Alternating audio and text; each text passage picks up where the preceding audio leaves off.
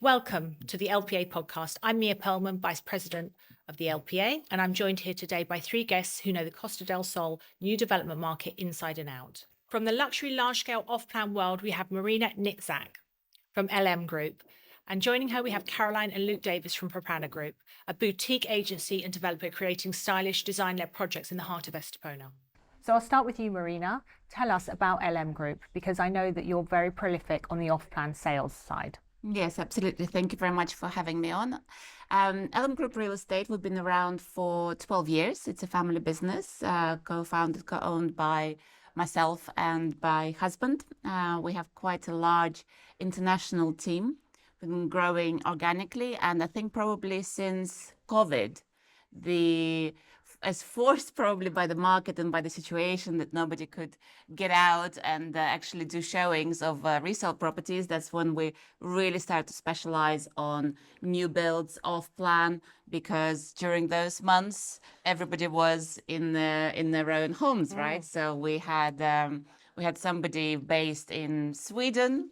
The developer couldn't come out on the site either, but there were such beautiful materials, renders, videos, 360s. They would send the drones in to show you exactly what the view would be from your particular apartment.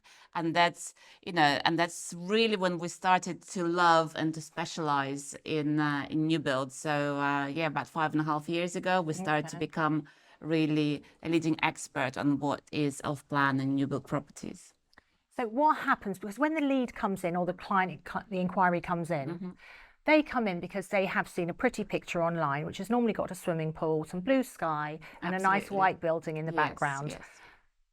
They normally want to pick up a set of keys from you after you found that perfect property and open the door with their toothbrush and walk in. But as we know, most resale properties aren't like that. They all need a renovation at some point. Absolutely. Which is when we'll come on to our other guests in a second. However, how do you turn that client from initially wanting that ready property right now to that off-plan sale? Because that is the biggest challenge us agents face. Yes. I think we receive a lot more clients and leads because of how we are known and because of how we target our advertising as well towards buyers that already want to buy off-plan. And I think when we don't tend to turn them from resale to a new build, but when they say, "Oh, I would need another, year to sell my place for my kids to go to university. I know that the prices keep rising. So how do I, ensure that I could get fixed today's price for when I'm ready to purchase and I'm ready to move in?" So, the kind of clients that we receive a priori are the kind of clients that are looking to get their keys further down the line, especially the Americans. They plan 2-3 years ahead. So you're already doing it from your marketing. You're not even waiting for the client to walk in to make that change. Exactly. You're doing it right from the off. So that's really interesting. Yes. So do you just advertise new builds, or do you ever advertise resale properties? Well, to be honest with you, nearly 60% of our deals are repeat and referral. Oh, wow. Which is, to us, I feel it's one of our main achievements that we're so proud of. So we're very well known to the investors and to their circle of their friends and partners as being very expert and specializing, having very pre-launch information on projects, which is when you get the sweetest deals. I mean, by the time they hit the public market, a lot of them have already raised prices 10-15%. The best units we've taken for our investors. So we tend to get a lot of referrals. We're very much referral-based business from our clients, and obviously repeat. So rinse and repeat, that's a lot of hours. So, and marketing, yes, we are very much focused on new builds, off-plan. Everybody has to specialize, and I can't wait to hear from you guys, from the experts, because, for example, flips, we don't do. We're not good at it. And when someone comes and says, "Oh, I have a friend that wants to do a flip," and I'm very honest. I'm very honest of what we're good at and I'm very honest, what we're not. And flip and construction and all the things that you guys talk about so expertly, the pool and so many little details, I think we totally leave to the experts. So we are very much known as the off-plan new builds, modern. Well, that's why we've kind of got you guys both on, because in a way, we've got these guys here who are Luke and Caroline from Propana Group, who are the specialists in boutique new builds. It could be individual villas, it could be small developments, and having known you guys for ages and knowing how much you research everything, even the restaurant you're going to, you couldn't really have two better people, but you're really selective on who you work with, aren't you, and what you take on. So tell us a little bit about where your journey has been and where it's going to now. Yeah, I mean, we're quite niche. We specialise in boutique, smaller projects. We look at projects that we would invest in. Most of the time, we actually do invest in ourselves as well. We try and keep things small, manageable, but a lot of the off-plan developers that you're probably dealing with are doing larger projects, 100 units, 150 units. We specialise in, whether it be villas or it be apartments, 3, 4, 5, 6 units at a time. And so our market is probably not typical of your average off-plan buyer. We look at things that we can put our own stamp on. We're not really very copy-paste. We try and do things with our own individual stamp, and we try and tailor the bathrooms, the qualities, the fixtures, the fittings. So it's almost like the best of both worlds. You've got an off-plan project, which obviously you can have a lot of the same type of property in the same development, or you can have a resale property that you renovate. That obviously gives you your own independent stamp. We sit somewhere between the two of those, don't we? Between the two, because you've taken on a quite a lot of the what you've just said, Marina, about the flip. These guys are king and queen of the flip, because I think they've probably bought some of the worst properties on the coast, with all respect, and turned them into some of the most beautiful properties on the coast. And again, it's down to your finite detail. But there was a development, a property you bought in a development that I live in, and actually one of that property we were thinking, what would you do with it? Because it's on different levels, it's a little bit close to the next property and things like that. And of course, these guys like a challenge, and we're straight in there. You found a fantastic client that saw the vision because you educated them on it, and it's turned into one of the most beautiful houses on that street now. So do you need the vision, or do you need people like you that have got the vision? We love a challenge, and I think that also, I think we're a bit brave sometimes, but I think if you have a vision and if you see what the potential, and a lot of people don't see the potential, a lot of people need it, they can't see it, mapped out for them, which again, that's our job as developers as well, is to represent and show the client what you're able to do with that space and how you can make that corner work with this corner and the lighting work with that. So I guess as a developer, that's our job. But we also love the challenge. We'll sit for hours and look through plans and look at properties and think where, how to best situate this window or that window, and how to capture the view and how to utilize the space. So I guess that we also do that in everything that we buy.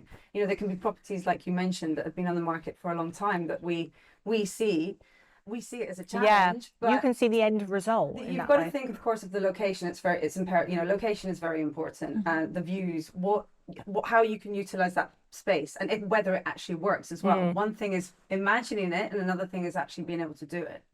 Everything that we've bought, there's nothing that's been hidden from anyone. The project that we're about to start now, it's been there since 1995.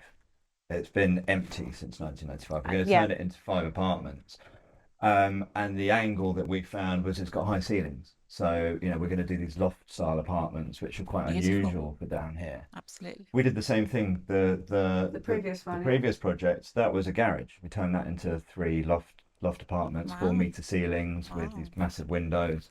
But every project that we've done, I mean, the Madrigal villas we built, there was an old tennis court, and everybody thought, naturally, the tennis needed court to be a tennis court. But this is the thing, isn't it? Because the flip is becoming more and more difficult to do. But you guys have kind of gone outside the box with that, because you're not looking really for properties anymore, because those days are gone. So if you want new and shiny, you can go off plan and let the developer do it, or you can go and find something that has a different use, garage, storage, tennis courts, and see if you can get a residential license. So have you found that quite easy to do, or? It's interesting because, for example, when we bought the tennis club, initially we bought it with the idea of it could potentially become a restaurant, it could become tennis clubs, and then eventually it became, okay, well, we can segregate it into different plots and build villas. So everything that we've bought has got a different how do I say Angle. exactly a different angle. And as much as the garage, for example, I said to Luke, why are we buying a garage in the center of Estepona? Are you mad? I remember saying that, and he said, no, there's another angle here. We can turn this into residential, and we're going to build 3 apartments. So the vision was there from day one. Now with the other one, it was the same. It had sat on the market for a really long time because people thought, oh, it can only be this. It can Yes, only be exactly. a garage. It Yeah, can only yeah. be a commercial space. Well, actually, no, it can be a combination of 2 spaces. You've got to think outside of the box a little bit. But also, I think it's helpful, if you've got something that's a little bit not so copy-paste, it becomes easier if you did want to flip, for example. If you're looking at a development of 100 units, well, it becomes a race to the bottom with price unless you've got a unit which has the best views or it's on the corner. Why would you buy unit E4 rather than unit C2 if they're both the same size, both the same layout, both the same distribution? Yes. What differentiates one from the other? Where we try and do things, we try and make every unit a little bit different. You give it a personality. Exactly. Exactly. That's the best, absolutely the best description for it. Try and give it a personality. And I don't know about you, Marina, but sometimes when I hear the team coming in and out of the office, because I don't have the luxury of selling to clients anymore, I just put the fires out. But when there's a new launch, the first thing that I think sat at my desk is, I wonder what's different about this one. I wonder what USP this one's got. I don't think it with these guys because they are going to USP every single individual unit. But like Luke says about the bigger developments, do you have that feeling of what's so special about this one? And in your opinion, what does make a new development special? What makes it stand out? I think that's a great question, Mia. I think where you guys come in is somebody probably most likely buying for themselves. They want the story, they want to be part of that personality that resonates with them. From our point of view, it's much more functional. It's about functionality in terms Is it of about new the money? builds. It's about money. You and I spoke about favorite, let's say, the projects that we've sold the most of over the last few weeks. And when I've said to you, on the lower budget scale, for example, there was a Capri, right? And Capri, what did it have? And we sold, I think, 8 or 9 units there. Why we sold Capri? Because if you wanted at pre-launch prices, if you wanted a 3-bedroom, in a location that's growing, 3-bedroom with a sea view for 500,000, there is nothing else. So that one had really the tick boxes for people who it's very liquid. So people are looking for 3 bedrooms for 500,000, 3 bedrooms with the sea view and not, out there in Alaurín. Of course, now there is only, I think, 6-7 units left. So you need someone to really guide you, handhold you. If you say, listen, I'm not in a hurry, I want to invest or I want for my family when we move in a couple of years, but we need 3 bedrooms, like 550 is max that we can go to. Then amongst all the projects, Capri is the one, sea views, 3 bedrooms. Of course, infrastructure, the more the merrier. Of course, there is always a communal swimming pool. There's some communal areas. It's nice. The more, the better. Yeah. The co-working, But the you're getting security. a bang for your buck there. You're getting Functionality. really good value. Absolutely. And then you have something like, which may resonate a little bit more with you, a little bit higher on the scale. If you have somewhere from 1.5 million and you want more than just functionality, you want some story, For me, it's the Missoni project in Finca Cortesine. It's not right bang. It's for somebody to live. And what you guys mentioned, high ceilings. I love high ceilings. And high ceilings in Missoni, you have the curved architecture, which is not, your usual white box. You have very spacious, beautiful sea views, and you have the Missoni brand and story to it from just 1.5 million. So there you have something closer to yourselves. And of course, new build isn't always just the blocks of apartments. What you guys do is amazing, different side of the new builds, but beautiful story. Somewhere maybe in the middle is something like Missoni, or there are so many other luxury branded residences. And how many these days. properties, how many are they building in the Missoni project? What size is that project? Oh, you got me. I'm not going to lie. I think it's somewhere between 85 95. It's slightly less than 100. Okay. Yes, it's boutique-y. Boutique-y. Yes, yeah, let's go with that. We like that. And with Missoni, for example, another thing that you have is the developer, for example, allows, it's their global, it's an international developer.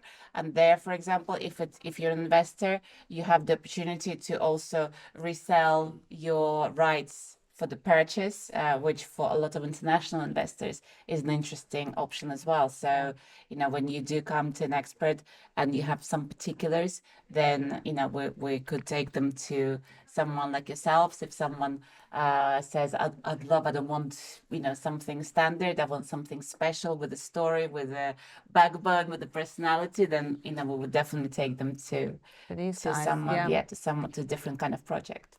So in essence, the thing that stands out for you are the things like the high ceilings, the good payment terms. I think it really, really depends on the client. Our clients are all so different. Oh, really? And clients, depending on what culture they come from or what lifestyle, we'll always talk to clients about their lifestyle. We tell them, don't tell me, how many square meters you want. Talk to me. How are you going to live there? Yeah. Exactly. And if they say, my husband is Argentinian, so I think on his top priorities, where is going to be my barbecue? Where we're going to have, the family dinners with friends. So there has to be good space. So there has to be, for example, if it's an apartment, big ground floor with a nice garden so it's really, really so specific to the client. It's very personalized, and you have to listen of what makes them go. If somebody says, I really want something special, I don't like, and there are quite a lot of people, especially a little bit older, that want something special. And in your opinion, that's something special, because I think every client wants something special, but maybe we just have more particular clients. And we deal with all the budgets, but most of the time, the challenge is getting the budget, getting the wish list within the budget that client gives you. Yes, absolutely. Do you have that problem too? Do you all have that problem that somebody really only has? Everybody has that problem, including ourselves. I say sometimes, somebody comes with $1 million, and actually if they came with 2 million and doubled their budget, it doesn't actually make any difference. You can't tick all those boxes. I think what you said was spot on. You need to understand your client, because what you're selling is lifestyle. So at the end of the day, even though they're buying for an investment or whatever, you need to understand what their plan is. Are they going to use it now? Are they going to use it in 2 years? Do they want to resell? Do they want to furnish and rent? What do they want? Yeah. And understanding what they like, what they want. Then the budget is here, but understanding what the client wants really is what kind of, it might be something a little bit lower budget. It might be something high, a little bit higher, but understanding exactly what they want, I think that is just on, and sometimes what they want doesn't exist for the price, because that's also true. But you show them what we always ask is give us 3 non-negotiables. Yeah. Right? That's a great way of doing it. 3 non-negotiables, then 3 biggest nice to have, right? And price is often not one of the top 3 non-negotiables, because a lot of clients, for example, Americans, I say Americans because we receive 6, 7, 8 requests per day from Americans at the moment, and they are very specific in how they like to work. So you have to speak their language, it has to be condo and ocean view as opposed to sea view. So you have to get, and we have North American agents in the team as well. And when they talk, they're very particular, and when you say, okay, so for this budget, for the budget you're saying to me, these are the options that come closest to your top 3 and to your next 3. Also, forget about the budget. On the other side, we have 2 options that tick all your boxes, but it's a very different budget. So we give them both. You right? give them both. And what happens, because back in the day when I used to work for a real estate company who were very prolific on off-plan sales, I mean, that was the journey. And if I went off and sold a resale, I mean, I was told off, right? But when we did do that, I can't imagine you getting told off. Yeah, I'm sorry. I'm still trying to. I was told off. Okay. Believe it or not, when I started in this industry, I was terrible at the job. I had to learn from all the people around me who were really, really good at it. Luke being one of them. I was going to say, I don't ever remember you being terrible. No. Thanks, Luke. I'm still going to ask you some difficult questions. But when you did that off-plan sale a few years ago, there was actually a mathematical equation that went with it, because if your client can't afford that budget, they don't necessarily need to have all the finance and the money in place. Exactly. They don't even need the finance in place, do they? Because the bill can be 2 or 3 years ahead. So as a developer, they're asking for 30 or 40%. Then you are riding the market just with your 30 or 40% Absolutely, payment. you got it, yes.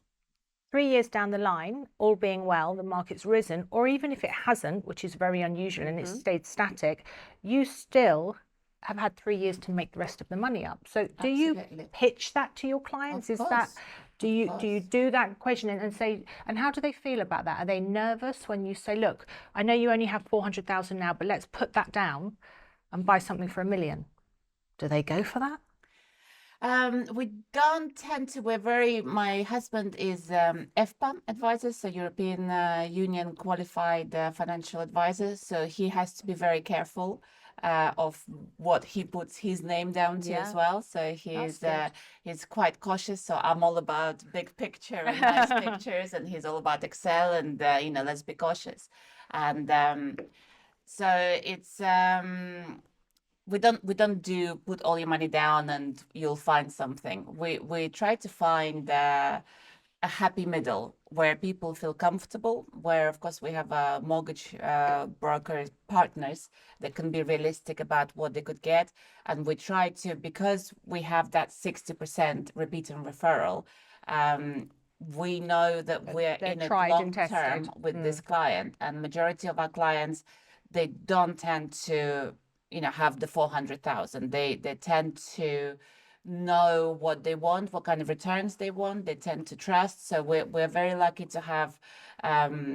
Sometimes I dare and I put on the social media, my client is better than yours, because I really feel that way sometimes, because they do trust you, and with that trust, it's a big responsibility. So we would say, let's be very reasonable. Of course, we talk about fixing the price now, and on average, it's been way over 50% that the price has risen from pre-launch to delivery in, on average, 2.5 years on the projects that we pick. So, for example, something like Capri, we can estimate. We will never, put it down. We will never say.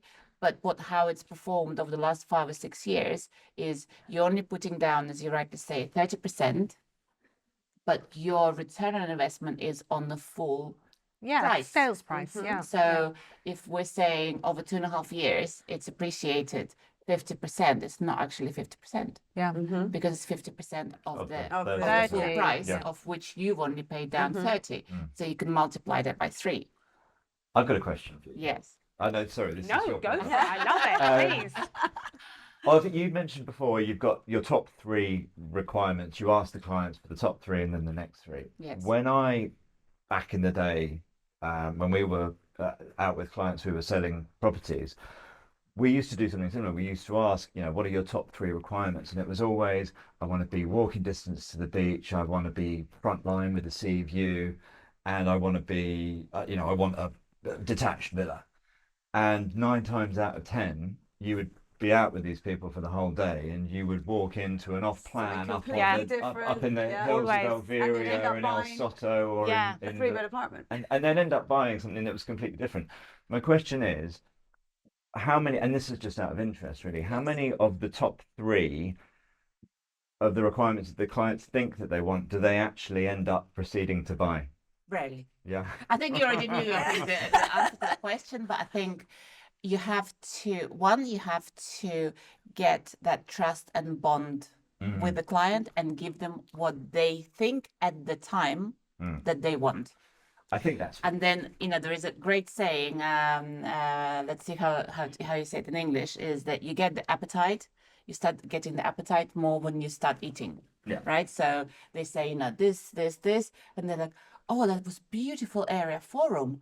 That's so nice. I'd love to be better somewhere there. And you're like, yeah, you're not silly, are you? Yeah, it's nice. It's nice position in Golden Mile. And then like, oh, you know what? And we went to see, when we went to that restaurant, and it was right next to golf. I really like that golf club. So somewhere between this and this. But they will only open that up with you if you comply with their initial request. And I think you're absolutely right. I know you knew the answer to that question of people, think they want something and they buy something else. It's like there's a British TV program called A Place in the Sun, and they always show wild card, and most of the time the client ends up buying the wild card, and it is really wild. Yes. But it is true, isn't it, that people don't really know what they want until they're shown it. It's been 20 years since I've been on that side of the fence. I'm just interested to know if it's still the same. Yeah, it's still the same. I think that probably also speaks to the value that you offer as well to a client who might think that they want something, and they might go to 3 or 4 different agents and say, I want a detached villa on the beach for €200,000. And they haven't even opened their mind until they start seeing you, until they start speaking to an agent who really listens to them and understands how they're going to use the property versus, what they think that they want. It's really important that you can distill all of that information into something that they might not have even thought about themselves. Absolutely. It's a process. And in terms of budget, it's the same. A lot of the clients come with a low budget, especially, I'll bring up Americans again. To a lot of the Americans we're dealing with, Marbella is this, Spain, and Marbella is this little village somewhere at the bottom of this country, which is, very classical, cheap, sangria, all the rest of it. So they come with the idea, a lot of them come with the idea that 400,000 here should buy them a lot. And of course, sometimes Costa del Sol, Costa Blanca, they compare, and on Costa Blanca is like 400,000. Yeah. You can get that, that detached villa and everything And I find else. sometimes the Americans think the whole Costa del Sol is Marbella, don't they? So you could be in Calahonda, and I've had clients that have said, we've got a place in Marbella. And I say, oh, really? Whereabouts in Marbella? And they say, Calahonda or Riviera. And I'm like, okay, well, that's a little bit further out, but it's kind of got this, Marbella kind of stretches along the coast half the time with foreigners, doesn't it? Yes. And when they see, we had clients, there is a lovely development, I'm sure you know it, the Gardenias on Golden Mile. And we had clients who started, they wanted to be further up in the mountain with a view, very quiet everywhere, up to 700,000, right? So we went with that client through all of those. So maybe 4 or 5 months working with them, showing them. They ended up buying a villa, also brand new off plan because they wanted to personalize on Golden Mine, 6.5 million. It's a jump. You have to an open show mind, up. You have to show up, and you don't have to like 400K. Where is the junior that we can pass this to? You have to go in with the client. You have to go through the process, and a lot of the time, Can't judge anybody. they end up, oh, my friend bought Capri, I want another Capri, and they show Capri, and they say, oh, but they're all the same. And then maybe we take them to you guys, and they're like, oh, it's so different. Then maybe their Capri guy, oh, can you resell it for me, and I'll buy something else. So you have to be very open-minded of where this story can take you. So I would say if we were looking at pitfalls of the off-plan side, because there's loads of benefits, we all agree on that, but what are the pitfalls? What are the danger zones that we should be looking out for if you've got somebody that's watching this from America? What are the negatives? I think, unfortunately, there are quite a few potential risks. Okay. And of course, the bigger the budget, the less risks, because, when everything is done, go, there is more, it's okay, for And you mentioned earlier 400,000, what they the expect. licensing and the guarantees. Can you just tell us about that again? Yes, I think we are very lucky in this market because it's very regulated. You guys, maybe you can share how you deal with that side of things, where until the property is ready, you can't use the builder themselves cannot use your money that you paid towards it, right? It has to be protected.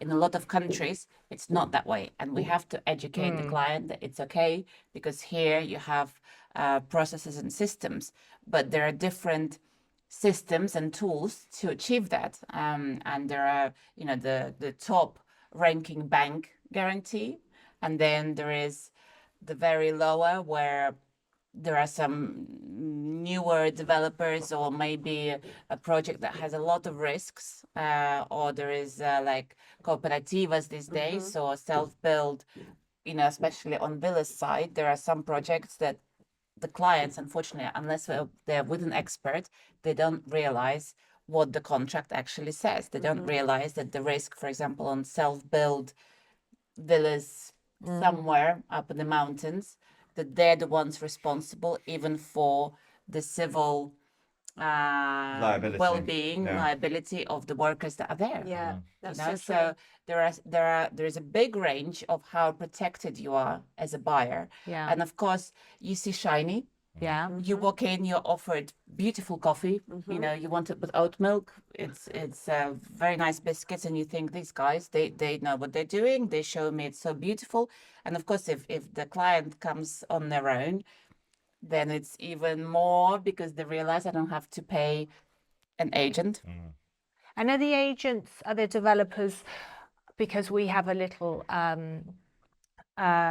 situation going on within LPA at the moment where we're qualifying developers, as you well know, Marina. So we're in a process now where we're taking developers from all over the coast, and we're sort of like a TripAdvisor, putting them on this journey of where do they rank, and some of those rankings come into how, their building license. Obviously, it's got to have a building license. How they let the client finance it, how they let the agent register the client, how they honour the registration, the payment terms. So we kind of take all of this information and then vet it, and we've got an AI that helps us do it.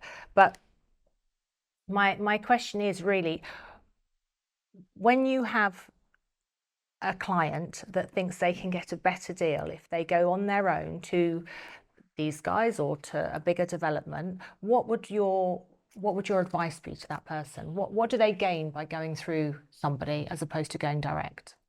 I think there is a lot of developers that will absolutely agree with us that they so much prefer it for the client to be accompanied by an agent, because there is a lot of educational process that needs to be done with the client to explain, of course, the local, the rules, the regulations, the process of purchasing, the personalization stage, the KYC. KYC is a huge thing for a lot of people from outside of Spain, or even for Spanish people when they're buying new build.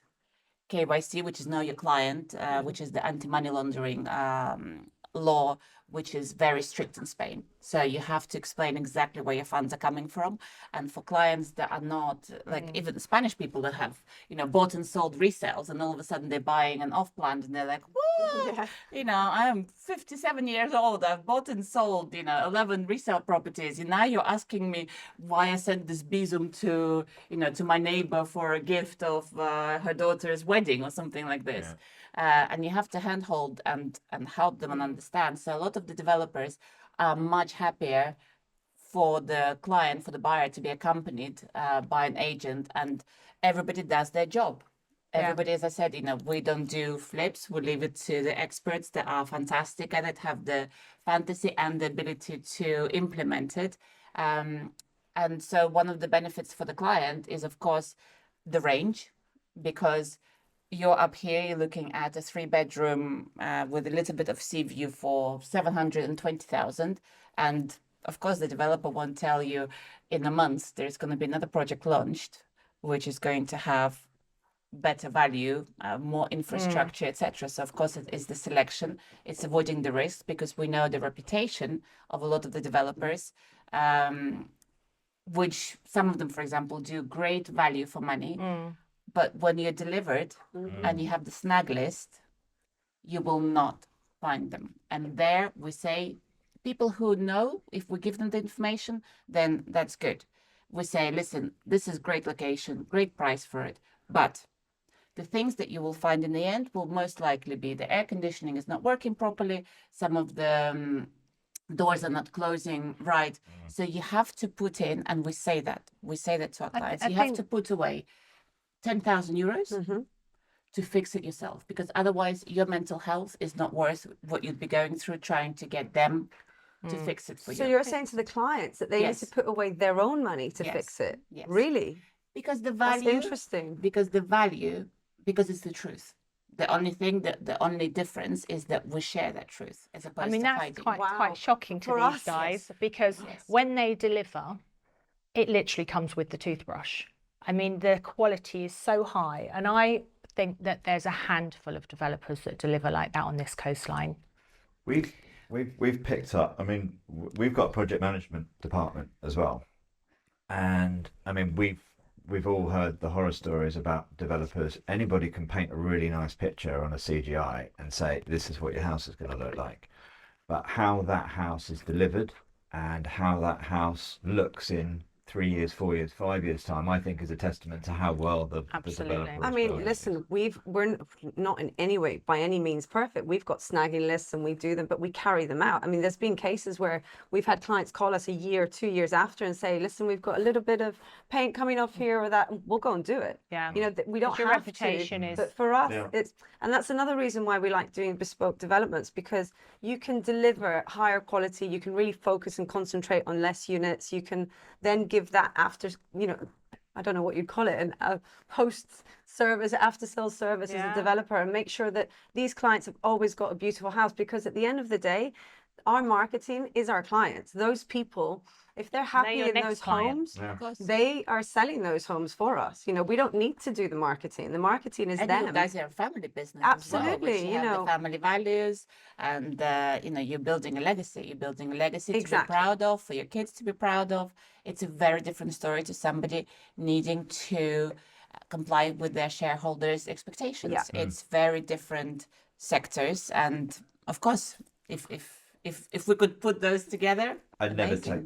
take that for granted. I never take for granted the fact that I mean, it would be very easy for us to go out and buy a plot of land and build 50, 100, 150 apartments, but that's not what we do. It's not what we want to do, and it's We not enjoy our market. the you know, the focus on The a personal. few units People, and making it more personal, and people walking in, and even these can potentially be investment units or homes, but they are a home in some way to that whoever that person is that's walking through that door. It's a home to them. So at the end of the day, that is what we're creating, a safe space for these people, a space that they can relate to, identify with, and that's the most important thing at the end of the day. Yeah. I mean, I find with the market at the moment, because it's quite difficult to tick people's boxes, sometimes what these guys do works a little bit better, especially for the villa market, because lots of the villas that are in the best locations were built 25 years ago, 30 years ago, right? So they got in first, and they've got the best spot. So with what you guys do, you go to those older houses, have a client, pick the house for them, and then renovate it. What is the wish list for these people? What do they want? When they come to you, they want the show flat, but they want it in a villa that's 5 minutes from everything and you know, with some sea views. Where do you start with that renovation? So we've got a spectrum of clients, and much like Marina, we will start with a wish list. We'll say, you know, what is it that's important? How are you going to use the properties? If it's a young family, for example, they're going to want at least 2 or 3 bedrooms on the same level. Now, if you think back 20 years ago, the developers were building with 1 master bedroom upstairs. That's Two, true. and You Yeah. might, if you're lucky, have one on the ground floor, and then everything will be in the basement. Well, you know, if we've all got young kids, you're not going to be sleeping with your children in the basement and you up on the top floor. So there's often some redistribution and some planning that goes along with that. But then we'll try and ask questions like on the project management side, what style do you want? And I joke, Caroline gets really bored of me using the same expression. If you want Greco-Roman pillars outside your house, I'm probably not your guy. But we will try and marry an architect with a client if it's a full renovation, full renovation, or if it's a ground up build. We'll try and marry an architect with someone who is a similar style to the aspirations of the clients and what they're looking for. So we'll go down that road and we'll try and find a fit. And you can do a lot of that through, inspirational images now. And do you like this? What is it about? Asking questions. What is it about this type of property that you like? Oh, well, I like the swimming pool. I like the views. I like the orientation, that, and they will, I like this color marble. Yeah. And then you can start putting a picture together, which you can incorporate into what it is that they want at the end of it. So often you do need a little bit more vision because you're walking into a 20-year-old house and it's not going to have or a tennis club. Picture, or a tennis club. It's not going to have You need a lot of vision. You need to, but I think where we can offer some value is we bridge the gap between a client who might have walked into a show house or seen a brochure and said, I really want that. Yeah. Often, this is a really interesting point. We get sent all of the off-plan stuff, and I'll look at some of these brochures and I'll look at this and I'll think, I know how much it costs to build. Yeah. And I know what that image looks like. And I know someone's going to be disappointed at the end. It's either going to be the developer because it's going to cost them more money, or it's going to be the client because the developer has tried to reduce the qualities and hand over something that is passable. Yeah. And I actually had a conversation with a very big builder the other day, and they said there's been a few projects that they've lost money on because the price of bricks, steel, glass, everything has gone up, but they were guaranteed at that build price. Yeah. And they've had to go ahead with it, and they're $1 million down by the end of it. I've seen that. Yeah. And what you've said there, Luke, that's so true, because I see things and I think, it's €5,000 per square metre to build at the moment. You can go a little bit under that and you can go a lot over that. But ultimately, once you work that calculation out, you've got to be very careful. Like you said, Marina, earlier, finding something for 500,000 with 3 bedrooms. Where's the profit? Marble. You're not going to have marble. No, where is the profit in that? Because it's going to be 100 square meters. Volume. It's going to cost 500 grand to build it. Well, then you've got the land cost. Then you've got the profit. Bought some years ago. Exactly. Or, that's another thing. But with the renovation, just switching back to Propana Group for a moment. With the renovation, what would you say? Because Luke and Caroline, you've got a mini podcast, haven't you, that talks about, I want a new pool and I want the blue tiles and should I get blue tiles or should I get green tiles? And this is Luke. The detail that you go into. I mean, if ever I've got a question about really anything in life, but if I've got a question about a building item, I will go to these guys. We've got a group set up and I'll be like, guys, I've got to redo all my tiles around the pool. And they are just straight back, right, you need to keep it looking like it's part of the original build. So you need to go with that tile. And the reason you need to do that is because of that, and that. Their knowledge is just unprecedented. But your podcast is like a mini how to do, isn't it? Well, I'm going to subscribe now. Well, I am too, because then I'll stop bothering you on a Sunday morning. I was on the fence about whether I was going to do this, but it looks like I'm in now. Yeah, the idea of it is really, from the project management side, we've obviously got our own projects that we build. We can take on a maximum of 3 or 4 projects at a time. I've got one in Sotogrande I'm doing, I've got another one in Marbella.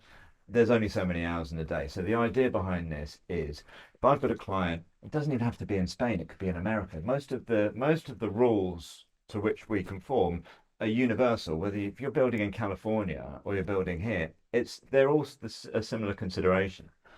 So the idea of the podcast was, if somebody wants to put in a swimming pool, these are all the things that you should think about before actually doing it. The colour of the pool tiles, salt water versus chlorine, what that really means, heating the pool. A lot of people don't realise if you're going to heat a swimming pool, you need to have a cover, because otherwise all the heat's going to disappear. cover, a motorised cover is going to cost you €25,000. That's half the price of the swimming pool. Yeah.